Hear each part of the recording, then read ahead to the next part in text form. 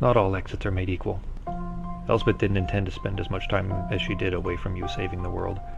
She could not live with the cost of what the 8 of you had done to the world below. She could not sit idly by as the world killed itself pursuing the weapons that you created, but she couldn't go against the will of her friends either, so to fix it, that will had to be altered.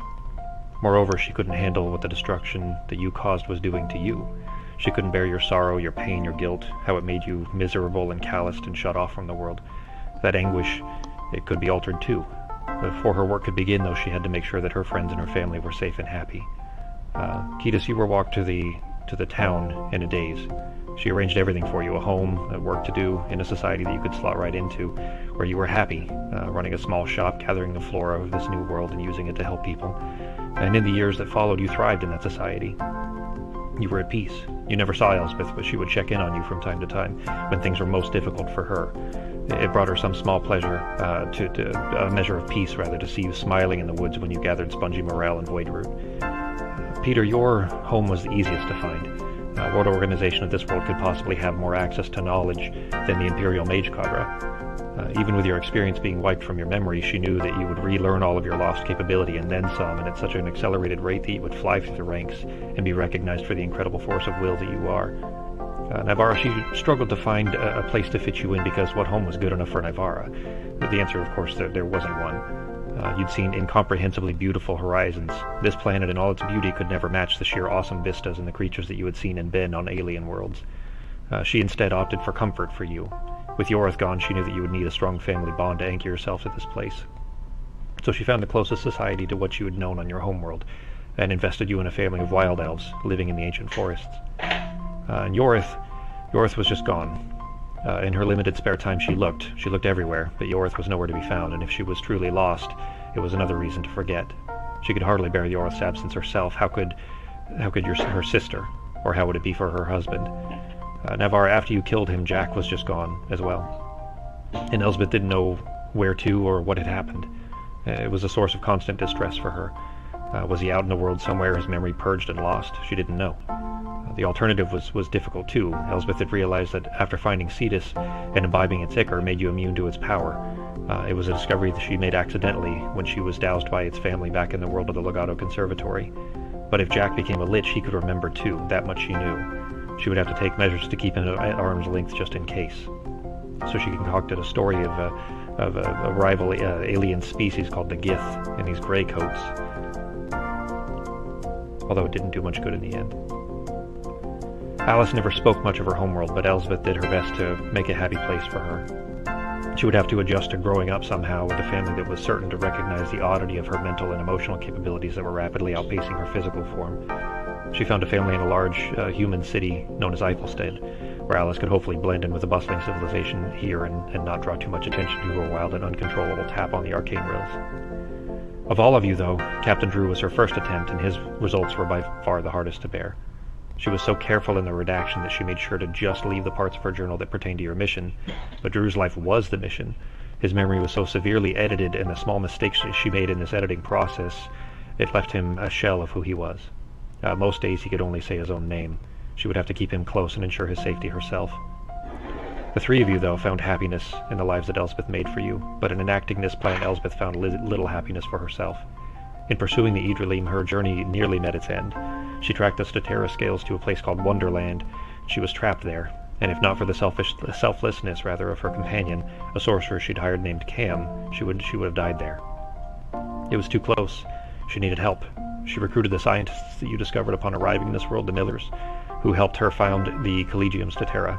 They built her a headquarters in the sky, and in exchange she inoculated them, taught them what she knew of the planes and the worlds beyond this one, advanced their research into binding souls into robotic forms with the help of a crystal you recovered from the Tatugians that you discovered many decades ago. And the college thrived. She installed a series of checks and balances amongst its members, hoping that it would counteract the temptation built into these relics, but it wasn't enough. And without fail, her hunters were lost to the thrall of the Idrilim one by one. And Elsbeth was tormented by these failures, by how long it was taking, by how distant she felt from her friends. Few people have known and experienced such loneliness. It was Cetus who provided a way out, a child. A second Dellen's cap, one that could offer redundancy that, once and for all, help her gather the relics and cast her barrier around the world. The only people who could recover the relics without succumbing to them were the people who made them in the first place. You could drink from the first jellyfish and learn about the relics, learn just enough to help you recover them, while the second jellyfish could continue suppressing the truth of their origins. You'd know enough to find them, but not enough to know that you made them. She could finally bring you in. She could finally bring you home.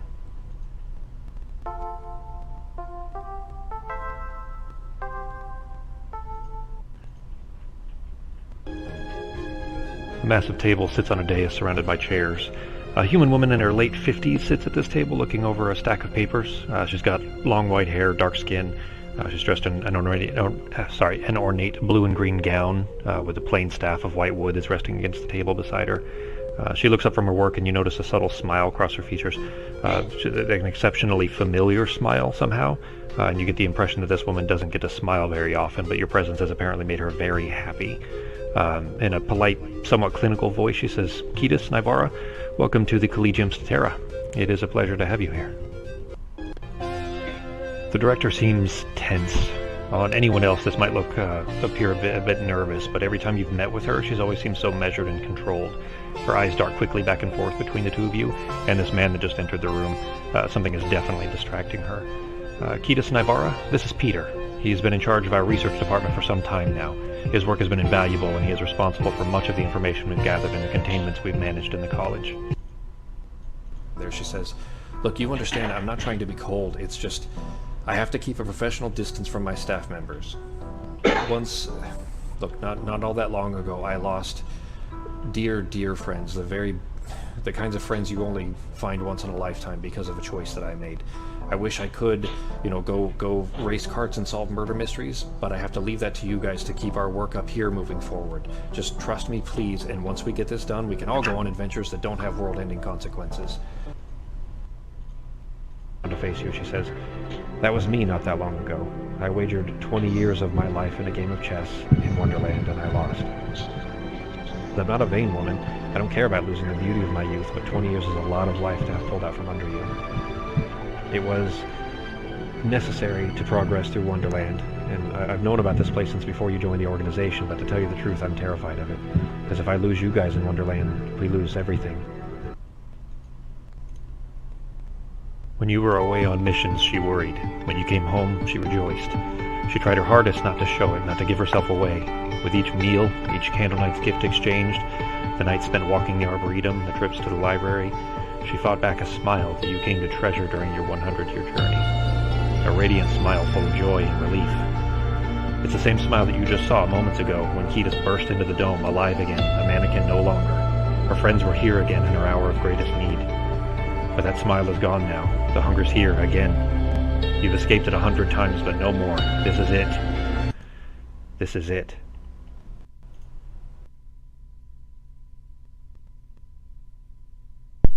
Okay, so that was that's what, okay, I guess how much of that were you guys able to follow? Was it too quiet? No, I got most of it. Yeah. How about you, Sako? Yeah, I got kind of most of it, I think. Okay.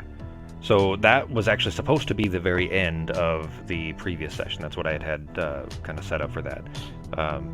But we were running into time, I think, or something like that, wasn't it? I think we were just about out of time for. Oh yeah, that's what it was, Sako. That was for your wife's birthday thing. So we had a hard out that we had to leave. So, anyways, so the recap, essentially, that was supposed to be the end of the session. So as far as the recap is, you guys already have pretty much all of these details, but because it was over the span of a year and a half, and then a lot of it is lost amongst a billion other details, so a bunch of the kind of important parts of it were probably either forgotten or not noticed so much in the first place. So basically the series of events is somewhat complex, but we'll go ahead and we'll go over those, and then just you guys interrupt if you have any questions throughout, and then we'll go over questions at the end if you have still questions about stuff that you didn't quite follow. So basically, as you guys know, through the end of the Stolen Century there, Elsbeth redacted your guys' memories and implanted you in this new world. She basically filled out, the journals that she'd used, kind of edited the parts of it as needed, and was copying from one to the next the parts that needed to be kind of cut out, and then fed those to the Void or to the Delen's Cap.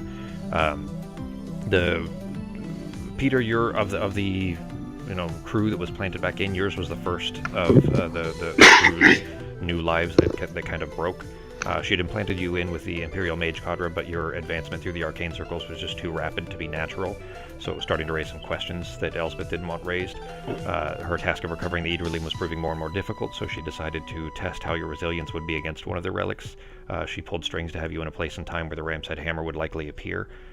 She knew, of course, that beforehand, at least, you guys had, you felt no thrall, or at least no significant thrall to the relics themselves, so she wanted to confirm, of course, that after the fact, after your redaction, that you would still be able to resist them. So she kind of had you placed there in this small tavern outside of Denverth Hold. You were sent on kind of a gopher mission for no real purpose, one that annoyed you. But you kind of passed that test, and then she decided to bring you up to the newly formed college, where you could help in the recovery of the other artifacts.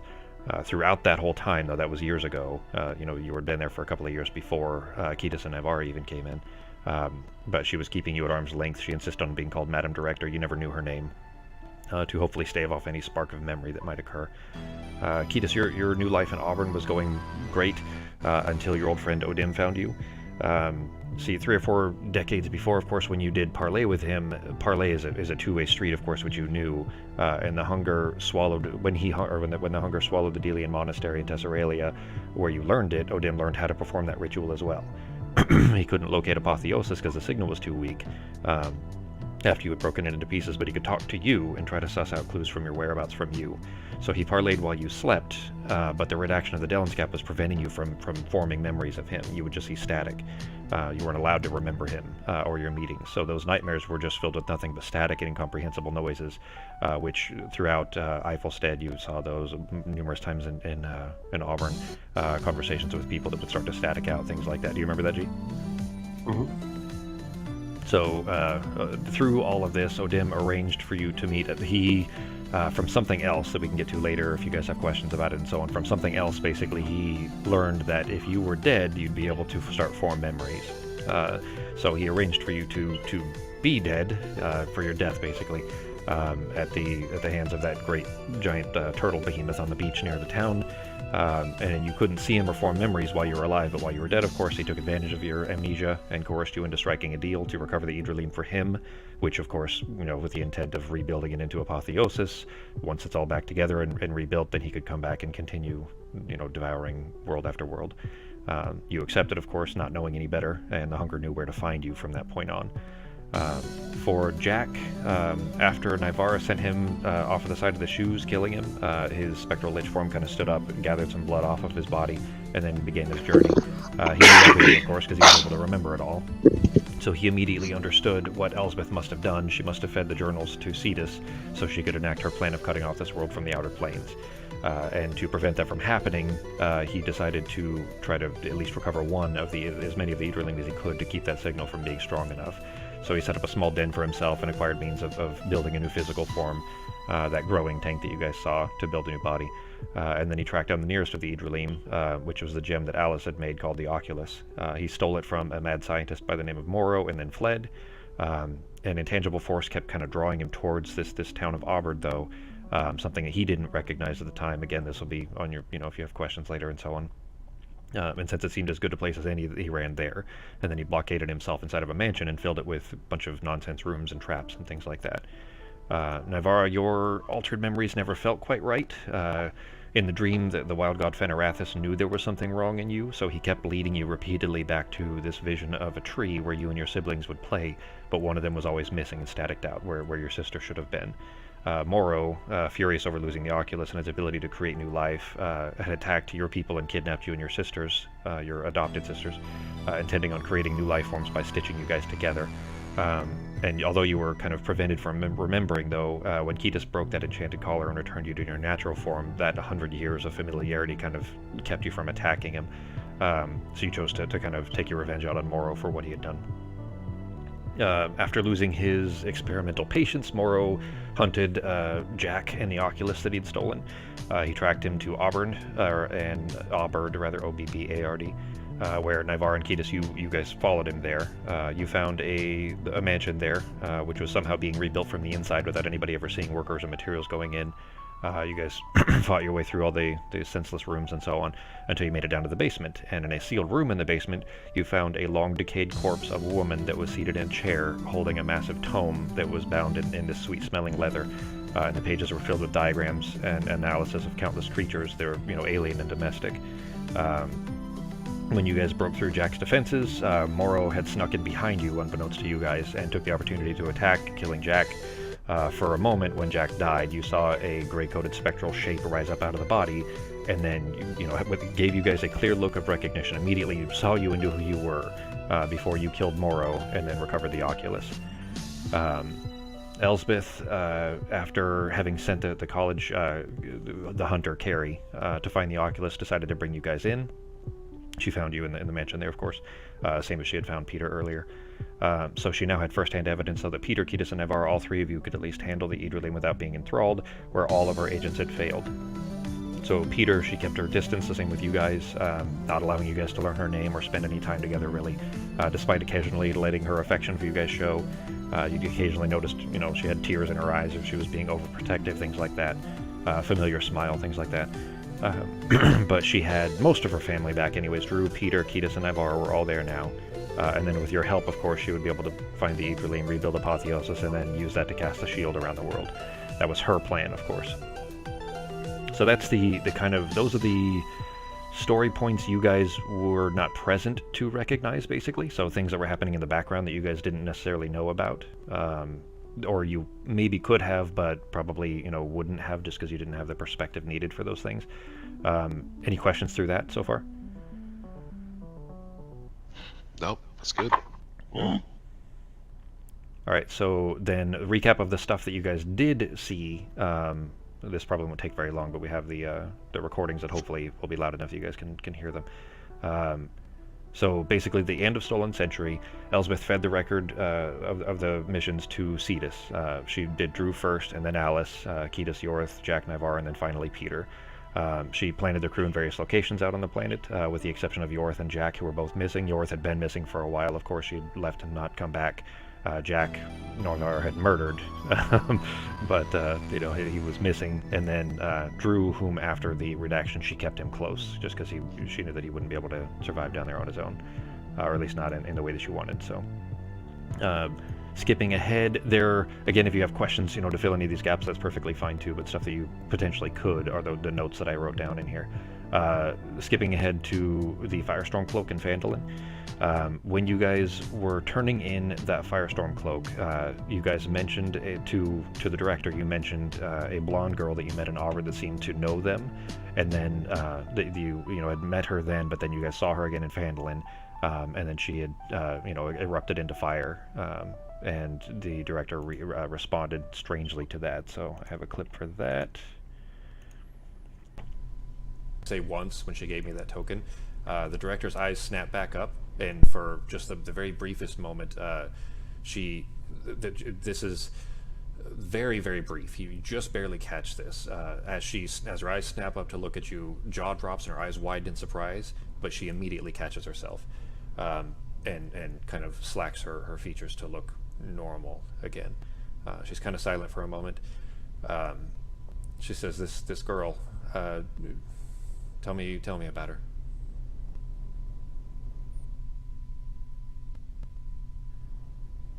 As you guys say this and kind of make this small, half-hearted gesture, her eyes close and her head sinks down, chin towards her chest, and she stands there just silent. She doesn't say anything. She's leaning over the table, fists on the, holding this map down, just face staring down at the map as if she was actually looking at it. But you can see that her eyes are just completely closed, and just doesn't say anything. She's just perfectly still for a very long moment, probably a good 30 seconds or so. She, without looking back up, she very quietly, you have to kind of strain yourself to hear her almost. She says, It's possible this girl is working for the Greycoats.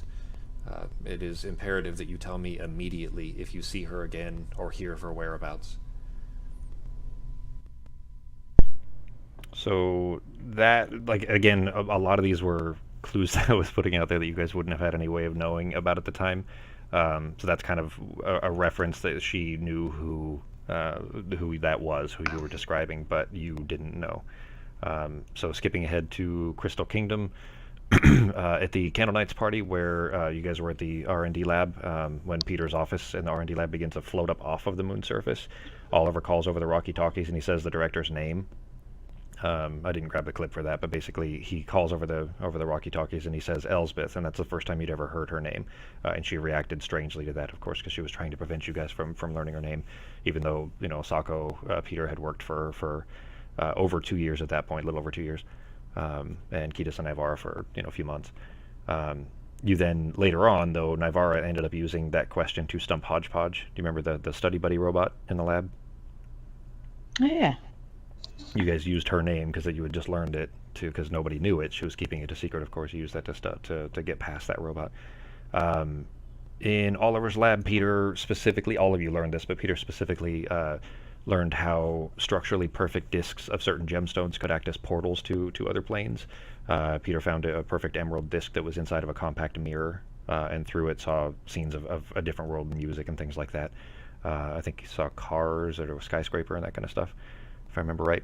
But Yeah. basically, is that okay? I think you still have that, if I remember right. But basically, the that compact you learned while you were there essentially that perfect discs of different materials, obsidian, emerald, ruby, things like that, different gemstones, could act as portals essentially.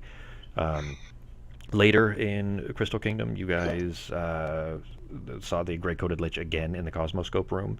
Oliver was showing you this kind of hologram of all of the planes, remember? You guys remember that scene? Yeah, actually. Yeah. So that one, I've got another clip for here, I think.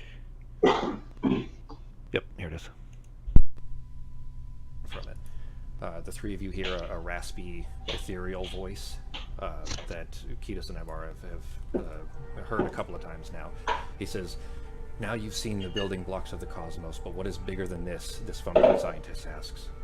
And as this sentence ends, each of you now see this familiar to Kitas and Ibarra, floating apparition appear in front of you. It's a ghostly skeletal form in a fine gray coat, the same spectral form that you saw in Jack's basement in Auburn. Can't hear that at all. Captain Ed's office in Yeah, Craig. me either. Yeah, that one is really quiet. Let me find... I can actually just grab the notes from that session and remind you of it here. What episode was that in?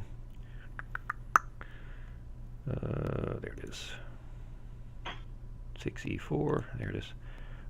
So basically, in that one, this same gray coat. You guys know who that is now, right? Of course, during the time you didn't know who it is, but you do now, right? The gray coat? Yeah, it's Jack, isn't it? Yeah. It's always been Jack, right? It was Jack from the start. You guys didn't know that. You potentially could have, but I definitely made it really subtle. Like the very first time that when Morrow broke into the basement and killed Jack, and you saw it lift up off of it and look at you with familiarity, that was him at that time. That was from the very start. You basically had been kind of following you almost the whole time, or at least as much as he was able to.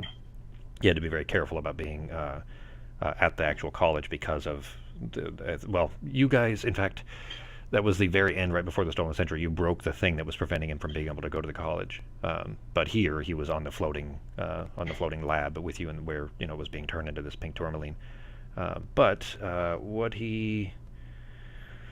Let's see. He says, "The last time we spoke, I told you about the hunger of all living things, the hunger to consume, to control. This is what it seeks. It seeks creation itself. A billion lives have been devoured by this unmaking in pursuit of control."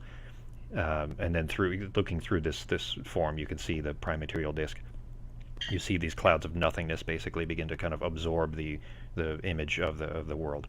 And the apparition continues. He says, "There is no more running. There is no escape. This world is life's last chance." And he says, "You three have to remember." And he cuts off halfway through, saying "remember," halfway through the word. And then his eyes went wide, and he looks specifically. And this is the first time that he shows that he knows your names, I guess is how I'd say that. But he looks very panicked. But he looks at Nivara and he says, "Nivara, that book." And his eyes kind of locked on yours. And he said, "Where'd you find that? You found her?" And then he panicked, flipping out over that, and then disappeared. He flew out and disappeared. You don't know why yet, but you would at some point recognize why. Is this starting to come together? You understand what's happening now? Yeah, I actually had a question about that. So. Sure. Go ahead. Oh no, I was just wondering if it was her in there because there was something that was staticky when we got pulled in that kicked us out. So I was assuming it was yours.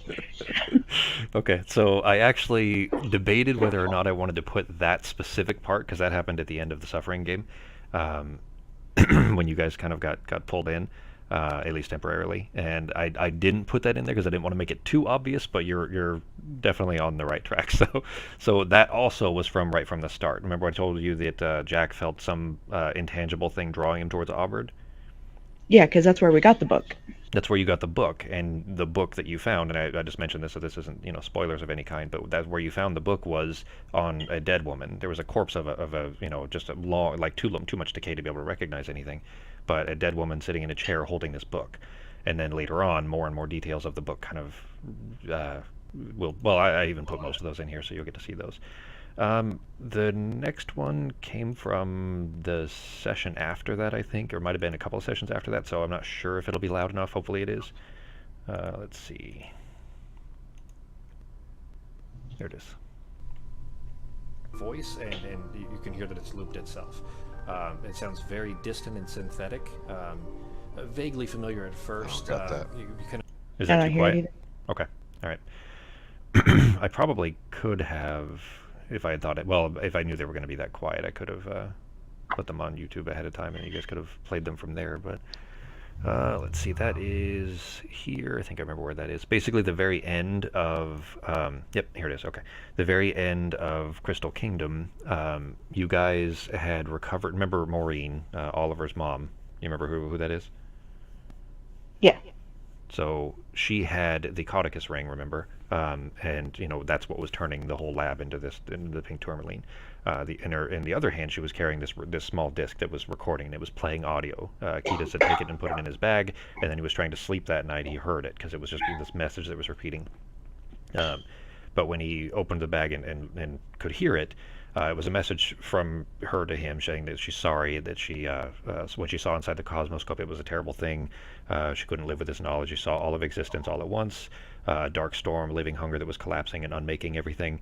And she said, but she's telling him this because she saw something in there that she has to believe is hope. And she said, in the midst of this empty storm, I saw a brilliant light being carried by 8 birds, flying tirelessly from the storm and shepherding this light away from the devouring emptiness. I saw 8 birds. And then she reads off the twins, the lover, the protector, the child, the seer, the historian, and the navigator. And then do you guys recognize that? Do you understand where that connects back? Do you understand what that was? Yeah. That was that painting, right? Elspeth Yeah. made that painting. She did. Now, she made it, of course, representing all of you. Sako, did you that was still only like your second, I think, like little Still pretty arc. new, yeah. Yeah, it was still pretty new, so you may not have caught it, but she, if I can find the painting again, I can show it to you. Where did I put it? How is that missing? I could have sworn I saved it in here. There it is. Okay. Oh, that's right. I was going to title it 8 Birds, and then I didn't. This is what she was painting. But Maureen was technically seeing into the past, not into the future, of course, because she's seeing into something that occurred that had just been erased. But because she was dead, she could see it. Does that make sense?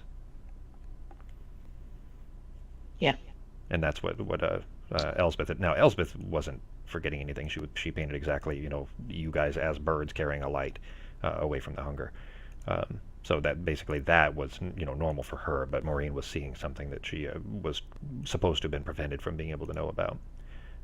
So skipping ahead to Timesick Town, Dry Gulch, which I think that Sako, by the way, if I had to put you can tell me if this is if you feel differently about it, but I feel like that was when when it started to click and you got an idea of how this game works. Was more during that one. Right on, Dry Gulch, yeah. It's what it sounded like to me. Like you sounded like you actually were surprisingly comfortable even from the start, even in Crystal Kingdom. But that openness, I think, in Timesick Town was when it started to click for you a bit. So right before you guys went down to Dry Gulch, hopefully this one plays. Hopefully this one's loud enough because this was an important scene. There was a point at which Nivara took the tome to have Peter look at it. Do you remember that? Yes. So hopefully this one's loud enough. Let's try. At first it feels like there's like an earthquake in the ground, something like a small earthquake, but the second time you feel it shake, you clearly recognize hear it's it. coming from the book. There's kind of a third. Son of a got this. bitch. Okay. All right. Well, I had the small clips of it. I mean, I remember most of it. I wanted to make sure that I got all the necessary details. I guess, Becky, tell me what you remember from that scene. I had him look at it. Hang on, I had it written down here somewhere. So I had him look at it, and flames came out. It was a mage spell, I think is what I wrote down it was. Mm-hmm. And it burned IOR into the Correct. wall. Yep. Yeah, so Peter's looking at it, casts Detect Magic on it, sees that it is an insanely powerful magical artifact, and later recognizes that it's not just it's not a tome of anatomy at all. It's a personal spell book of an exceptionally powerful mage, is what you recognized. And many of the pages were blank, and those were presumably where the arcane, rituals and sigils and importance would be noted, whereas the notes of anatomical creatures, those were written in mundane text, and that's what's visible. The rest of the pages were blank, or appeared to be blank. Well, the book lifted up out of Yora's hands, or out of Nivara's hands rather, flipped to a random page, and then a beam, a scorching ray beam. In fact, actually, this was while Peter was teaching Ango how to cast some basic spells. So Ango was there as well. You guys remember who Ango is, right? Your very best friend. The angle from the place. Little short dude. Yeah, a little halfling detective. But flames shot up out of the book. They scratched a vertical line, then to the right of that a circle, and to the right of that an R. It was IOR, burn into the wall. And then the book closed. Which, of course, again, at the time you would have no idea what that meant, but these were intended to be, clues for later. Let's see. Later, the next meeting with Jack, the Lich Jack, that again you didn't know who he was. That was with Nivara after the dome came down. So Ketis and Peter, you guys were all in the train carts basically, and holding the chronosphere ahead of you to try to pierce the dome and get out. And you guys were doing fine, but Nivara failed a dex save somewhere and got thrown out of the cart and landed in the tunnel, just on the ground in the tunnel. Do you remember that? Yeah. All right, that one. Let's see if that's loud enough. There's only a couple more. You feel a presence that feels at once familiar, but also very, very scary at first. And it's a same kind of feeling you felt numerous times before. You've been in the presence of this entity many times by now, but the apparition, the kind of skull-faced lich form apparition, appears in front of you, walks over to you, leans a hand down, trying to assist you to stand up. And it says, "I'm really proud you didn't use the spear." What do you do? I guess take it. Stand up. Okay. The hand is bony and cold and definitely dead.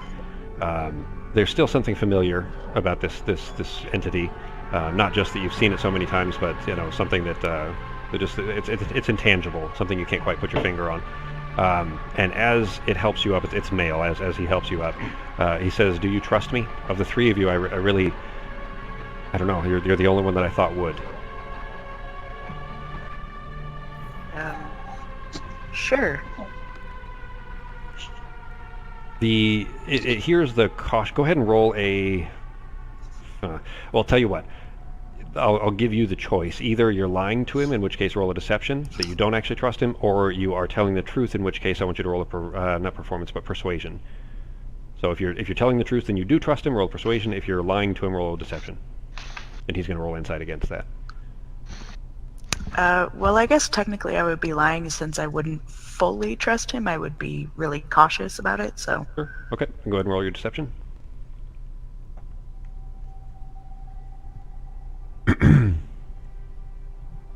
He hangs his head a little bit.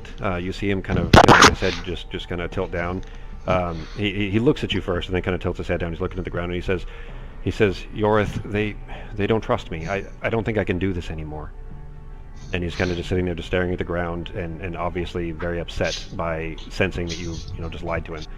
And he looks back up at you and he says, next time we see each other, I'm going to need you to trust me or we'll never make it.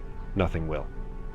And then he engulfs in flames again and disappears, and you're now back in this tunnel, and you look back towards the wall of what had been the white space, and it is just outside. Okay. So you understand, of course, more what he was talking about, what happened there, clearly. Yeah. This next one I think was from that same session, actually, right afterwards. This was from Ketis. Ketis outside of... Oops, no, there it is. Outside of the dome. You're breathing on the mic again, G. Outside of the dome, you guys saw, time kind of continue, basically, to catch up. So it was just accelerated until it caught up. So you watched all of that, and then some of the people inside came out. Do you remember that? They came out to say thanks and everything, essentially, right? Do you remember that? Mm-hmm. Yeah. So the one that, well, one of the ones that came to speak to you was Mammy, the woods witch. Do you remember? Mm-hmm. The one that gave us bread. Yeah. He says, and before you go, the reason I wanted to talk to you specifically is, well, one of these here crystals, it had a message for you. That I wanted to just tell you and leave it up to you if you wanted to share it with your friends or not, but I didn't want to say it in front of them just in case. And she reaches in a pocket and she grabs a much larger crystal than the ones. Remember, there were two sizes in her hut, and she pulls out one that is much bigger than either of those. And she reaches out her hand with her other hand, like to try to get you to hold it. Do you grab her hand? Yeah. Okay. So she's grabbed your hand with her left, basically. You're holding her left hand, and she's got the stone in her right, and she throws it on the ground, and specifically at a rock, and it explodes when it hits the rock and shatters all over the place. She tilts her head back, looking up, and the kind of ethereal voice that comes out of her is the same one that you heard in the shack when she was giving the prophecies there. And what she says is, death, but not for you, never for you. May I put it plainly, you go on. Remember that? Mm-hmm. All right. And then this one was skipping ahead from there when you guys were in the Azel house the first time that Peter was ever there. Okay, I guess, do you remember that? You guys remember when Peter did his badass superhero attempt move, jumping off of the cliff on purpose and tried to roll Wand of Switcheroo? Do you remember that? Yep. Yeah. Science. It would have been. It was still one of the coolest fucking scenes, just because of how fun that attempt is. It's just made extra fun because it failed. So it just makes it that much funnier to me, anyways. It still would have been a badass scene anyway, but it was such a cool plan. So there though, when you guys were all kind of freeing yourselves from the gurneys, there you were leaned up against these kind of 45-degree gurneys. I think Navarre got free first and then helped you guys out, but you saw a woman walking around there. Do you remember that? Yes. So Ketis and Navarre both recognized her, of course, as Alice, as the same, grown-up Alice that you had met in Aubert previously, and then in Phandalin. She had, burned up and flown away, as a became a phoenix and flown away. She was a phoenix sorcerer, or phoenix bloods, or something like that. Whatever. Then it's a class. It's a specific type of sorcerer class. Anyway, but she was there in Azel house for some reason and was completely insane. Like, she was repeating phrases that didn't make any sense about trying to fix herself before he gets me, and remembering things that she didn't do and that kind of stuff.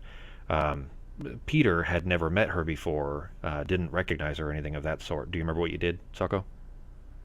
Not off the top of my head, no. I vaguely kind of. Yeah, that's been a while now, of course. That was, a couple arcs back, so. Alright, this is, hopefully it's loud enough. Could I just cast a detect thoughts on her, just to get in her head?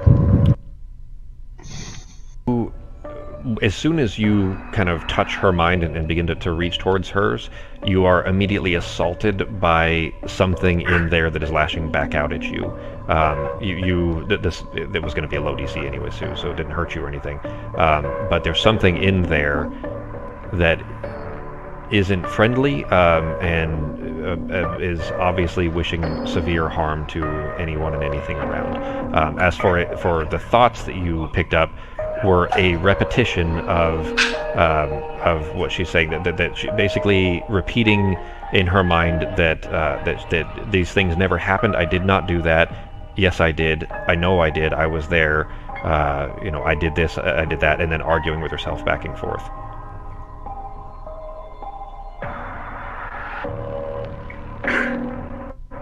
You want to probe deeper? Yeah, let's go a little deeper. Okay. She's going to make a wisdom save, and then you're going to have to make another one because whatever's in there is also going to be trying to reach back to you. So I'm going to go ahead and make one for her. Which, let me find her stats again. There it is.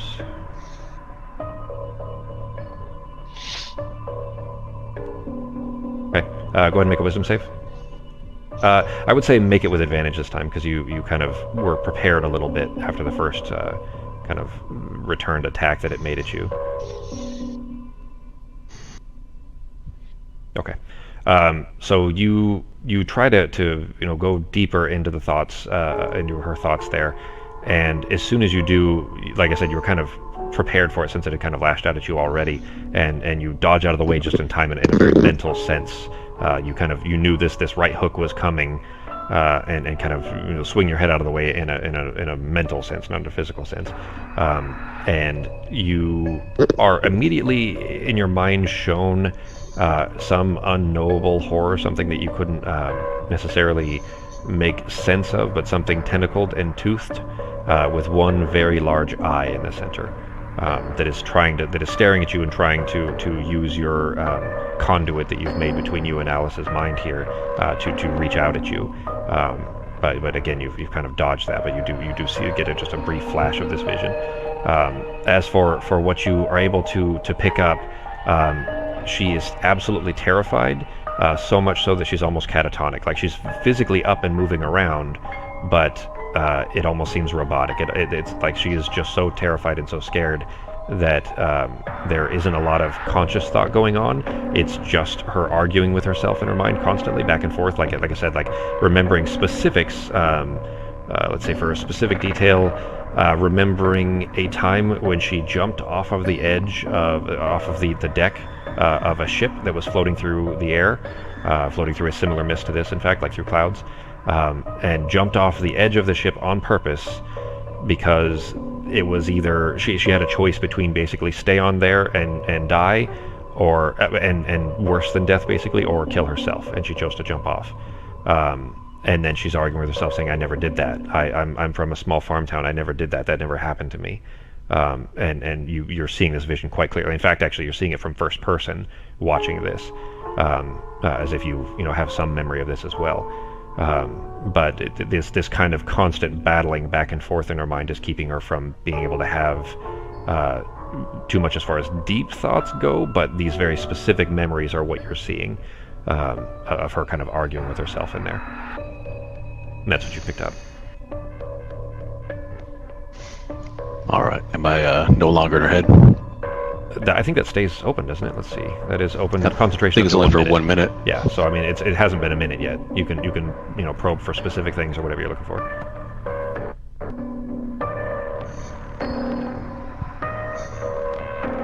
In fact, go ahead and make a flat wisdom check on Peter.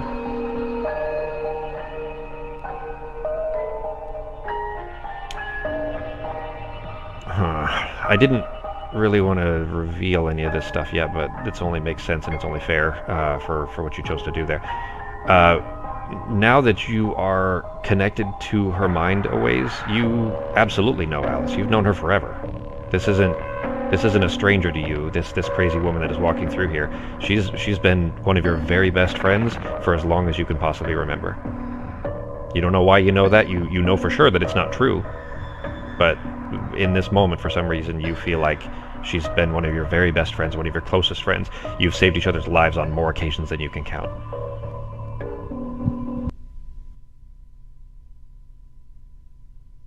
Whoops, I still had myself muted. So that was, I mean, you remember that now, right, Taco? Yeah. All right, so that's most of the recap. Did I guess I closed that thing. Okay.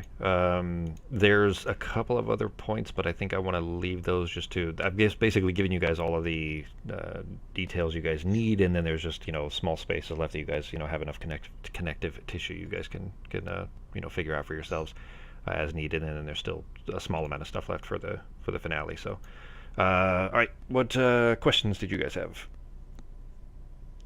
Anything that didn't make sense? Anything that you weren't sure about? So when we were in, Go ahead. when we were in Dry Gulch, the woman in the temple, who was she? Because she told us to restore the apotheosis while we were there. Yeah, so that is a level of knowledge that you couldn't have being mortal. She's an ascended. She's like a demigod. That was Israfel by 3. That's who you're talking about, right? Yeah. Yeah. So she wouldn't necessarily. Okay, so an ascended doesn't know the. There's a tier here that we're talking about. Now, do you guys recognize who Shug is now? Shug Niadramoth? You saw the name a few times, but you didn't always connect the two. You guys know who that is?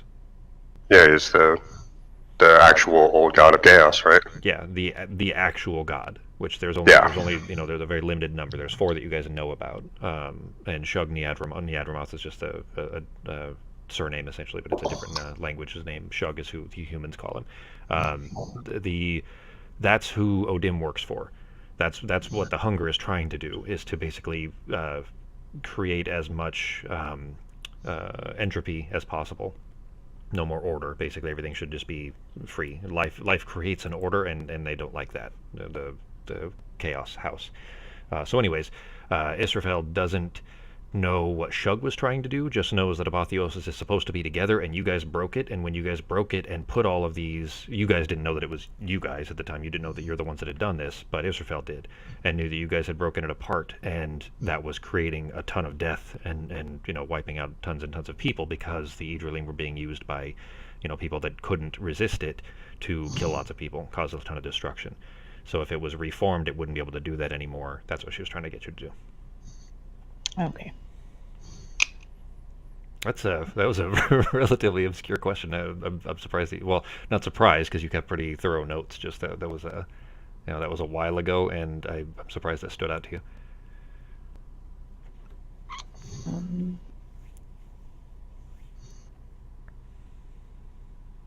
Any more? Okay, I have one more. Sure. So the first time we were in the Azel house, I heard a voice that said, "In your first memories, you were singing the song of the world, wreathed in fire. How far you have fallen, Nepti." And you said that meant niece. So was that Odin that said that, or who said that? Nope. No, you don't know who that is yet, but that's actually, okay, do you remember literally the very first time when you started and I gave you that little kind of backstory thing for you to start with? Do you still have that? Oh, God. I don't think so. Okay. I have it in my notes. I'll copy it over to your Discord channel. That's almost verbatim. The first part of that was the notes that I gave you when you I had this planned literally from the very, very start. At least most of it. A lot of the details came in afterwards. But basically, that's a reference that you don't know about yet. What it was referring to is you're not from this world, essentially. That's the Azel House is not on the planet. It's like a rill. It's like the Chaos Rill, essentially. It's the same with it for Sarah. Uses this Orcanal Rill, which is shadow, and so on. The Azel House is that plane, all of that floating gray mist and all that smoke and everything is not part of the world. It's part of a rill. It's part of an arcane source of specifically where chaos comes from. So it's a different place, and what was the voice that was whispering to you, you don't know about yet. I guess is how I'll say that. Okay. But if you go back, you'll have some clues if you grab that note. I think I put it in Discord originally anyway, so you might have it in there somewhere. But if not, I'll copy it over for you and just put it in your channel on Discord. Okay. Sako, Ben, you guys have any questions? Anything that didn't make sense? I don't think so. Did we ever find out who the real identity is of that creature lady skull thing that gave us bread? You talking about Mammy? Yeah, Manny. Like, what was Manny's backstory to that? So she's just a woods witch. She's just a seer, like a person making prophecies, essentially. So essentially, she's a diviner. She's just a wild version. Where you're a divine. Your school is divination. She's just that, except like a sorcerer version, a wild version. Not reading books to learn it, but just innately had some capability of seeing. Now, when you said skull, what part are you referring to there? What I meant is I can feel bony hands where Okay, some other people gotcha, felt okay. like regular flesh. Yeah, that was because of your capability. Basically, your arcane source, you're able to sense that she's extended her life. She's not alive anymore. She's long dead. But in altering her appearance to still, that's why she's been there forever and so on. Like, people always remember that she's been there, and there was no family, no growing. She didn't have kids grow up and so on. She's never changed. She's always been the same. So kids that knew her when they were smaller. I think it was this. No, you didn't meet him. One of the people in Dry Gulch told you about that. Basically, that she's always been that way since he was little, and he had grown up, and she was always the same. It's because she's not alive. That was the kid in the bar, right? Was it the kid that was playing guitar? I think so. When I went to go been. talk to him. Yeah, it might have been him. But basically, that you had clues in there from from the townsfolk that said that she's always been the exact same, and it's because she wasn't alive anymore. But undead. So in common fantasy tropes, undead are usually automatically evil. They hate people and so on, eat brains, etc. I don't particularly like that part of the the cliche, because if there was some form of reanimation, why would that immediately make you hostile to humans? It doesn't really make sense to me. So that's what I changed. So basically, undead are not automatically evil in this setting. The reason I asked that, though, is you said skull, and I wasn't sure if you were mixing up Ophelia. Do you guys remember who Ophelia is? Yeah. Mm-hmm. So, no surprise if you don't have too many questions there. I was pretty forthright, mostly because you made good rolls when you were talking to her, basically. So she gave you pretty direct answers. There was an important point, though, that I think that you might have forgotten, G, about when you were first meeting her. I guess you made a comment once a week or two ago about what Ketis would be doing after. Do you remember? If he survives, that you said something about what Ketis might choose to do after, after the ending, like what his life would be basically after Balance is over. Do you remember making that comment? Well, I didn't know what was going to actually happen. I just thought that he was going to be basically taking over Crow's job, working for Crow, collecting souls. Not Crow's job, taking over Ophelia's job. Ophelia's job, yeah. Yeah, because she's about at the end of her contract, and you've agreed to that contract. That's all. Damn, is the storm getting that bad out there? Sako, is it blowing really hard where you're at? Not right now, but it was. Yeah. I have a thing in the backyard, like a banner type of thing, basically. It almost blew over. So anyways, yeah, just as a reminder for that. But yeah, Ophelia was pretty open. Do you remember the last time you guys saw her? It was when Fandolin burned, right? That was after that. Okay. No, it was in the room, and my book attacked her. Well, yeah, another book tried to kill her. Yeah. Well, yeah, so I think you guys are starting to piece everything together now anyway, so I'll try to keep some of the details sparse there so that I'm not giving you too much info. But yeah, she reacted badly to the book. She told you, she came into the room and said, are one of you guys a lich somehow? Like, of course, this was before you knew who Jack was, and you knew that Jack was there. But she sensed, an extremely powerful dead thing in the room, and Jack was not there anymore at that point. You guys, again, didn't know that, but, basically I could see how you could mix those details up because of that reason. But anyways, the book didn't respond well to her and fired off a shot that went above her head and hit the wall, like a warning shot. You remember? Mm-hmm. So that, may come in later, of course. She doesn't know anything about Nivara or the book, really. Just knew that, something was bad there, and it didn't make sense. Like, all the details, she knew you guys had been pretty forthcoming in telling her, that you didn't remember having died, etc., which is why you hadn't checked into Crow's Thicket, but she left, and that was at the end of Crystal Kingdom, basically. It was the last time you guys saw her. She was going to go back home, as she put it, to talk to Crow and find out what she should do. And that's where she left. That'll be important later, is why. Do you... I guess probably the last thing I have, unless you guys have more questions, is do you guys understand exactly what Elsbeth's plan is? What her intent is? What she's going to be doing if she succeeds? I'm guessing putting the apotheosis back together, right?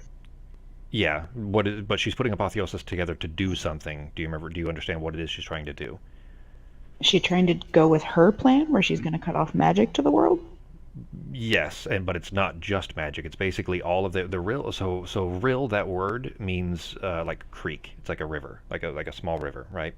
So all of the, it's not just magic, but all of the planes that are not the prime material plane, basically not the physical world that we live in, everything else outside of that would be cut off.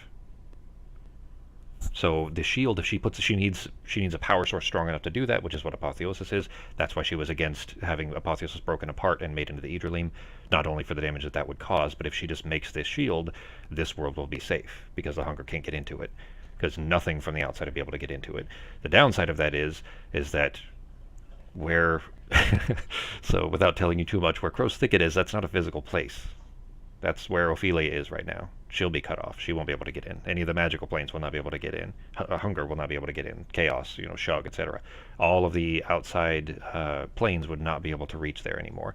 It also means Nivara would no longer have a source of magic at all, because anything divine, of course, would be trying to reach out to a natural plane, which you wouldn't be able to reach anymore, which is the dream, like a Feywild, essentially. Obviously, Peter wouldn't have, magical access to Recondidus anymore, etc., etc., etc.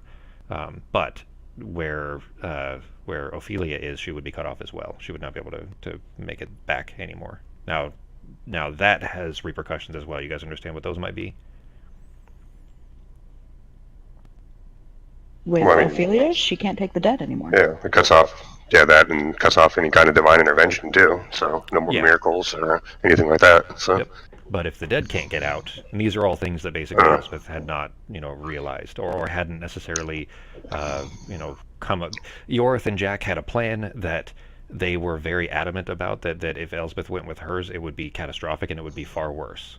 Now, Elspeth was just trying to protect, the 8 of you was all she cared about the most, of course, and then, this world as much as possible. But there were unintended consequences that if she got her way, that she hadn't thought through, or at least wasn't necessarily either prepared for or was fine with trying to deal with later on, but kicking the can as opposed to preventing it from coming in the first place. So anyways, that's where you're at. So I tried to make Elspeth as what's what I'm looking for, sympathetic of a villain as possible. It's up to you whether you guys see her that way. She's not a bad guy at all. Most certainly. I mean, you spent 100 years with her and so on. So she's not a bad guy. It's up to you guys on how you want to handle that. The bad guy, of course, is the Hunger and Odim. But you will be, when we start the next session, the kind of beginning of the finale, which is probably only going to be 2 or 3 sessions of that. You are, well, actually, Peter and where we left off when Stolen Century started, Peter and Nivara are standing in front of the dais with Drew and Ango Jack and Ango beside you, and then Drew was off to the side, and Drew just drank it, so he just got all of his memories as well. So the 5 of you are there. Ketis just broke through the door, not a mannequin anymore. He's back in his normal body. So basically the 3 of you, and then Drew and Jack and Ango are in the room with her. And she is already channeling the last of the Idrilim that she was trying to gather apotheosis from. She has the Statera scales there, and is channeling that from that. So she finishes it. You guys are screwed, of course, but the Hunger has just shown up. So you guys will decide how you want to handle it, but you probably wouldn't be happy with Elspeth, but how you handle that is up to you. So, but that's where we'll be kind of starting off the next session at. So you have Well, I guess now we'll get to calendar talk, because next Sunday is the next major application update that I have to do. So we may still be able to. It'll probably be abbreviated. Let's see. What do you guys' calendars look like next week? And then the 17th, Becky, you're out, right? Yeah, I should probably be